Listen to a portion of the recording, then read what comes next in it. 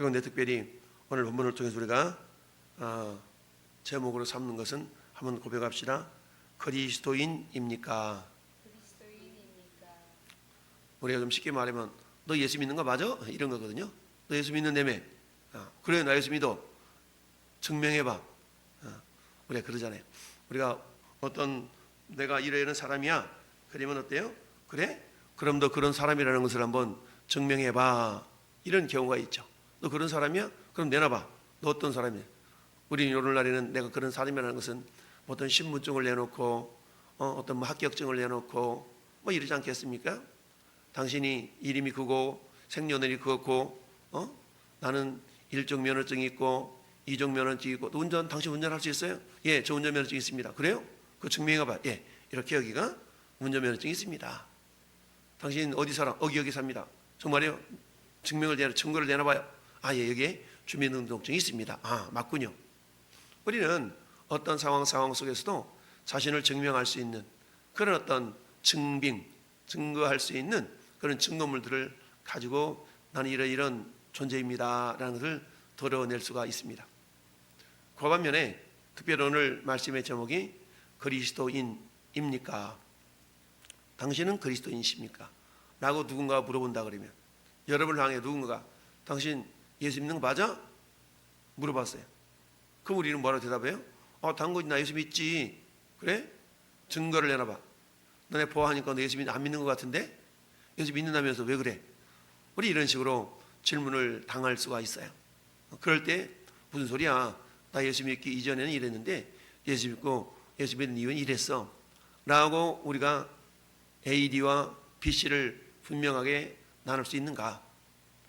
여러분, 우리 역사는 예수님을 중심으로 이루어진다고 그랬죠? 그래서 예수님이 이 땅에 오시기 이전의 역사를 BC, Before Christ, 예수님이 오시기 이전의 역사다. 그리고 예수님이 오신 이후의 역사를 아노 도미니 AD의 역사다. 그래서 예수님이 이 땅에 오시고 안 오시고에 따라서 역사가 달라지죠. 그래서 우리가 BC는 주전 몇 년, 예수님 오신 이후에는 주후 몇 년. 그러니까 지금의 역사는 주님이 오신 이후이니까 보통 2024년 이 앞에다가 뭘 붙여요? AD 2024년 이렇게 붙이는 거예요. 굳이 붙이지 않아도 지금은 기원 후 2024년인 것을 알지만, 그러나 전문 서정이나 이런 데서 우리가 연도를 기록할 때는 AD 2024년 이렇게 붙이는 것이죠. 그럼을 발명하면서 올해가 어떤 해인가를 알 수가 있는 것처럼, 여러분 오늘 그리스도인입니까? 그리스도인이라는 말은 어떤 의미가 있어요? 그리스도인이라는 말은 예수 믿는 사람이라는 그런 칭호가 있는 것이죠. 이 그리스도인이라는 칭호는 사도 바울 일행이 1차 전도여행을 떠났을 때에 안디옥 교회 성도들이 비로소 그리스도인이라는 그런 칭함을 받았다라고 했어요. 여기서 안디옥은 도시가 두 개가 있어요. BCD 안디옥이 있고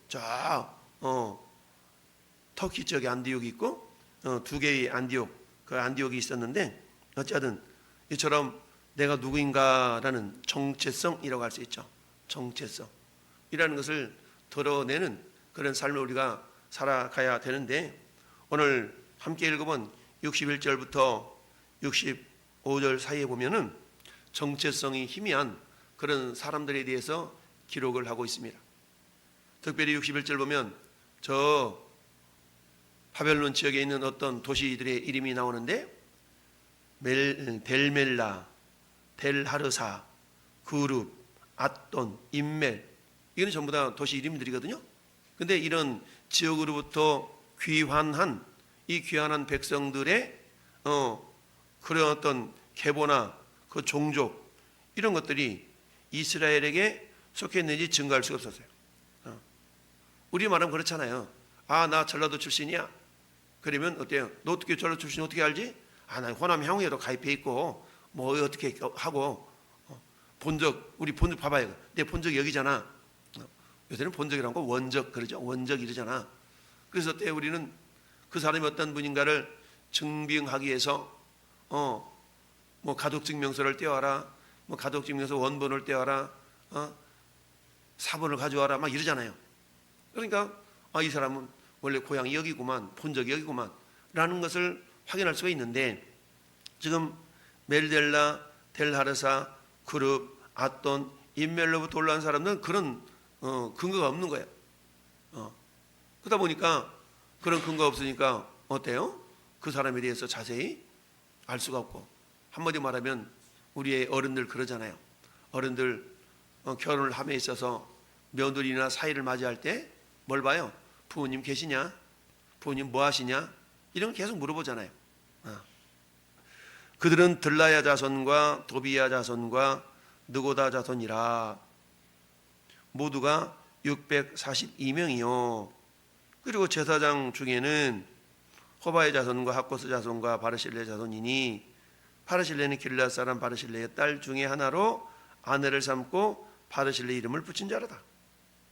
이 사람은 계보 중에서 자기 이름을 찾아도 찾지 못하므로 그들을 부정하게 여겨 제사장의 직분을 행하지 못하겠다. 우리 말하면 그런 겁니다. 오늘 대한민국에서 목회자가 되는 길은 정상적인 신학교를 졸업을 하고 신학 졸업 증명서가 있고 이런 사람들을 안수를 주어서 목회자가 되는 게 정상적인 방법이죠. 근데 당신 그 졸업 증명서 좀 가져보세요. 근데 목회 안수 증명서 좀 가져보세요. 근데 그런 게 없는 거예요. 목회 안수 받았다는 증거도 없지, 졸업했다는 증거도 없지. 그런 그냥 목사래. 그 사람을 목사로 인정할 수가 없는 거죠. 오늘 본문의 제사장들도 마찬가지. 이 사람들이 뭐가 없어요? 계보 중에 자기 이름을 찾아도 몇 년도에 졸업했다는데 학교 가서 학적부를 뜯어보니까 확인해보니까 그 학교에서 졸업한 것이 없어. 그건 뭡니까? 가짜죠. 저희 학교 다닐 때 그런 경우가 있었어요. 같이 막 열심히 막 학교 생활도 하고 막 그러는데 가짜로 대학생 생활하는 사람도 있었어요. 실질적으로 학적부에 이렇게 올라가 있지 않은데 대학생인 것처럼 생활하는 사람도 있었거든요. 그런 것처럼 비록 제사장이라고 할지라도 제사장으로서의 어떤 그 계보에, 그 족보에 올라가 있지 않고 찾을 수 없기 때문에 그들을 인정할 수가 없었던 거죠. 그래서 총독이 그들에게 명령하여 우림과 둠밈을 가진 제사장이 일하기 전에는 지성물을 먹지 말라 했느니라. 응당 제사장으로서의 역할을 감당하고 거기에 걸맞는 대우를 할 수가 없었다는 얘기죠. 이런 것처럼 오늘 이들의 정체성을 확인할 수 있는 방법이 없었다는 얘기입니다. 난 이런 사람이라고 주장을 해. 근데 그런 사람인 증거를 내놓을 수가 없다면 우리는 그런 사람이라고 우리가 인정할 수가 없다는 얘기죠. 요즘 여당이 됐든 야당이 됐든 구설수에 오르는 경우가 많잖아요. 과거에 이런 말을, 그런 말 한 것이 정말 드러나잖아요. 요즘은 10년 전, 20년 전 했던 이야기도 다 드러나니까. 왜요? 녹화가 돼 있든지 녹음이 돼 있든지 다 그런 증거들이 나오다 보니까 아무리 발뺌을 해도 우리가 보통 빼박이라고 빼도 박도 못하는 그런 증거들이 다 있다 보니까 이 사람은 이런 사람이라고 이렇게 다 평판이 결정이 되어져 버린 경우가 많죠. 그렇습니다. 마찬가지로 내가 아무리 이스라엘 사람이고 제사장이고 그런다 할지라도 그것을 객관적으로 뒷받침할 만한 증거가 없다면 그 사람을 너 그렇구나 라고 인정할 수가 없다는 얘기입니다. 그럼 오늘날 우리에게 한번 적용을 해보자라는 얘기입니다. 우리가 아무리 교회 공동체에 소속이 되어져서 우리 하나님의 백성으로서 객관적인 증거가 없다면, 우리 그러지 않습니까?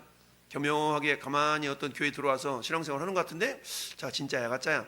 요즘 하도 이단 사이비들이 교회 공동체를 무너뜨리려고 교회를 잠입해 들어오는 경우가 많다 보니까 이 목회자 입장에서는 저 사람이 진짜야 가짜야 이런 시선이 없을래야 없을 수가 없는 이런 시대에 우리가 살아가고 있습니다.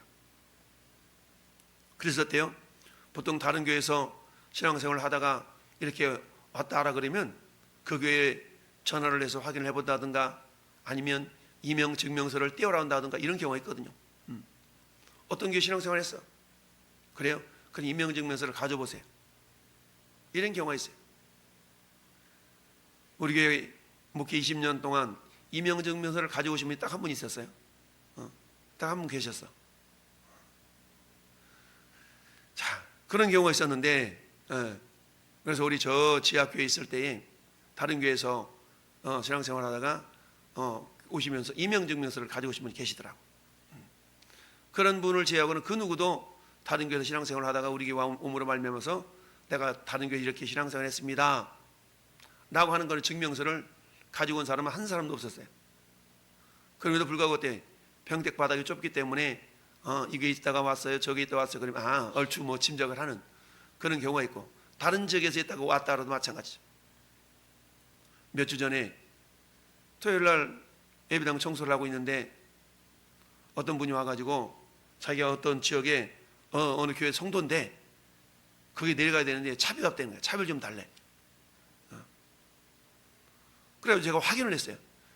당신 교회 이름이 뭐냐? 무슨 교회래? 당신 교회 담임 목사 이름이 뭐냐? 쭈뼛쭈뼛 하는 거야. 아니 당신 교회 누구라며 담임 목사님 너 몰라? 그래서 나중에 인터넷에 쳐가지고 확인해 주는 거야. 이런 목사님이라고. 그래? 그러면 전화해 보시오. 전화했더니 그 교회 담임 목사님 전화가 아닌 거야.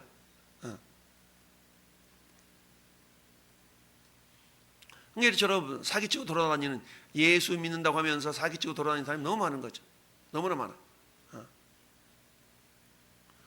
일부러 아닌 것들 알면서도 속아 넘어가 주는 경우도 많이 있고, 그렇죠. 왜냐하면 소규모 교회 목사들은 성도 한 사람 한 사람을 아주 귀하게 여기고 한 사람이 아쉬운 그런 시대다 보니까 예수 믿는다라 그러면 대부분 목회자들이 그냥 의심 없이 이렇게 받아들여 주는 경우가 있거든요. 저도 그렇게 하다가 속아 넘어가는 경우가 한두 번도 아니야. 수십 번 속으면서도 그러려니 하고 그러면서 이렇게 있는 돈 없는 돈 내어주고 그러냐고 그러시라고 이런 경우도 참 많거든요.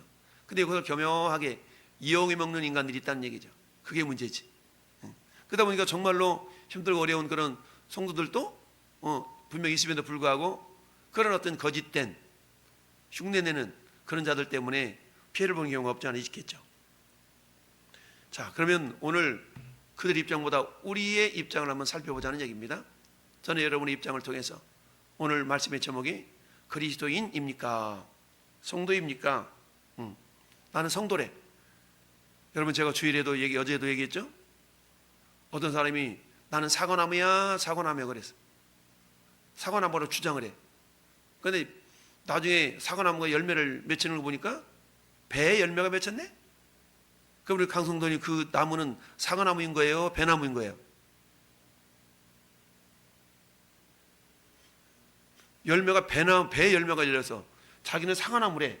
근데 열매는 배가 열렸어. 그럼 이 나무는 배나무예요? 사과나무예요? 배나무죠. 아무리 내가 이런 나무라고 주장을 해도 예수님은 마태복음 7장에 열매로 그들을 알리라 이렇게 말씀하고 있죠. 나더러 주여 주여 하는 자마다 다 천국에 들어가는 것이 아니다. 다만 하늘의 뜻대로 아버지 뜻대로 행하는 자라야 천국에 들어간다. 예수님은 마태복음 5장, 6장, 7장을 보통 산상수훈이라고 그러거든요. 산상수훈. 그리스도의 제자들이 살아야 될 삶의 어떤 기준, 이런 걸 보통 우리가 산상수훈이라고 하지 않습니까? 산상수훈의 결론 부분에 있어서 마태복음 7장의 결론이잖아요. 그 결론 부분에 있어서 어때요? 반석 위에 집을 지은 자가 어떤 자이냐? 그 말씀을 듣고 행하는 자다. 그러면서 어때요? 나더러 주여 주여 하는 자마다 다 천국에 들어가는 것이 아니라 아버지 뜻대로 행하는 자에 들어간다 라고 하면서 제자의 정체성, 성도의 정체성을 말씀하는데 열매가 있느냐 없느냐로 확인한다는 얘기입니다.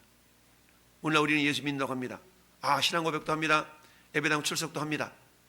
그렇지만 과연 그가 그러면 삶의 열매가 있는가? 여러분 열매는 하루아침에 뚝딱 열리는 건 아니죠. 시간이 지나면 여러분 사도행전 11장 펴볼까요? 사도행전 11장 사도행전 11장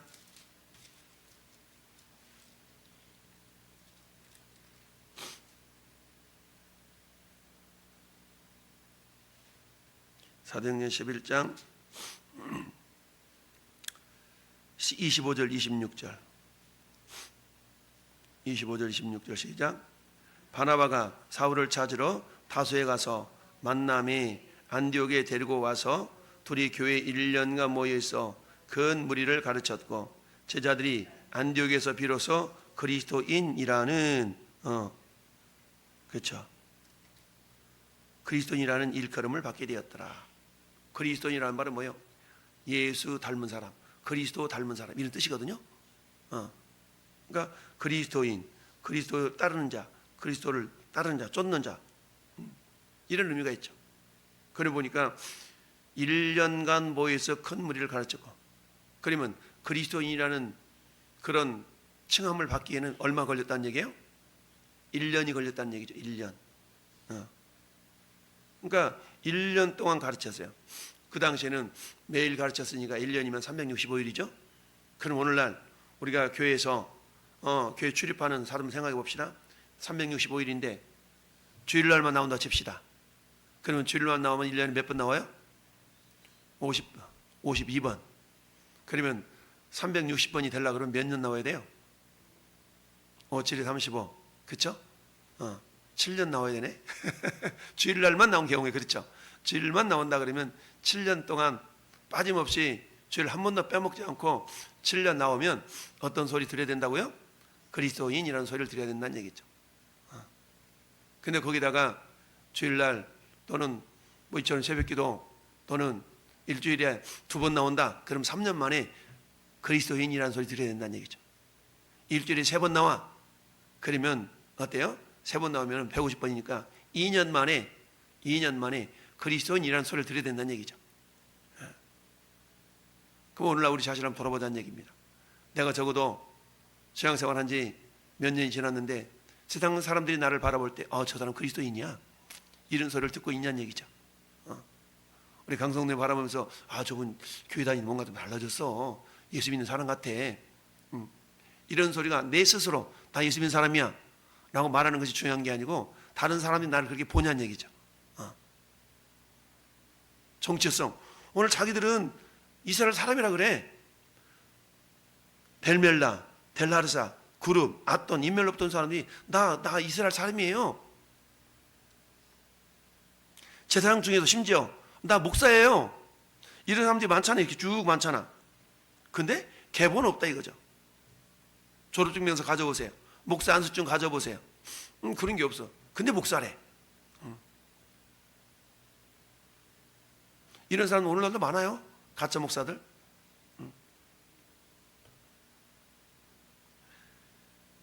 전에 여러분들이 그리스도인으로서 정체성을 어떻게 할 수 있다고요? 열매로 한다. 열매로 그들을 알리라 라고 주님 말씀하고 있습니다. 그러면 우리들이 맺혀야 될 열매, 내 삶 속에 맺혀지고 있는 열매, 어떤 열매가 맺혀지는가를 확인할 수 있는데 첫째는 뭐니 해도 하나님의 뜻대로 행하는 순종의 열매가 있는가? 따라서 순종의 열매. 하나님의 말씀이 주어져요? 그래, 하나님 말씀이 나보다 못하랴. 순종의 열매가 맺혀지고 있는가를 돌아볼 수 있겠고요. 두 번째, 믿는 대로 내가 믿었다 그러면 어떻게 믿는다면서 어떻게 그렇게 살아? 따라합시다. 행함의 열매. 야고보 사도가 야고보서 2장 17절 18절에 행함이 없는 믿음은 죽은 믿음이다. 행함이 없는 믿음은 죽은 믿음이야. 그러니까 나에게 행함의 열매가 있는가? 셋째, 성령의 열매. 우리는 성령을 따라 행하는 자들이니까 성령의 열매가 있는가? 성령의 열매 보통 9가지라고 그러죠. 사랑, 희랑, 화평, 오래 참음, 자비, 양성, 충성, 온유, 절제. 이런 열매가 내 삶 속에서 나타나고 있는가? 이걸 점검해 봐야 된다는 얘기죠. 이처럼 순종의 열매, 행함의 열매, 성령의 열매, 이 밖에도 다양한 열매인데 이런 열매들 한마디로 말하면 따라서 인격의 변화. 이런 것들을 한마디로 말하면 인격의 변화거든요. 이런 인격의 변화가 내 삶 속에 나타나고 있는가? 어떻게? 예수 믿기 이전과 이후. 예수 믿기 이전에는 그렇지 않았는데 예수 믿은 이후에 이런 인격의 변화가 있는가를 통해서 그리스도인입니까? 라고 누군가가 질문했을 때 그렇다라고 대답할 수가 있다는 얘기죠.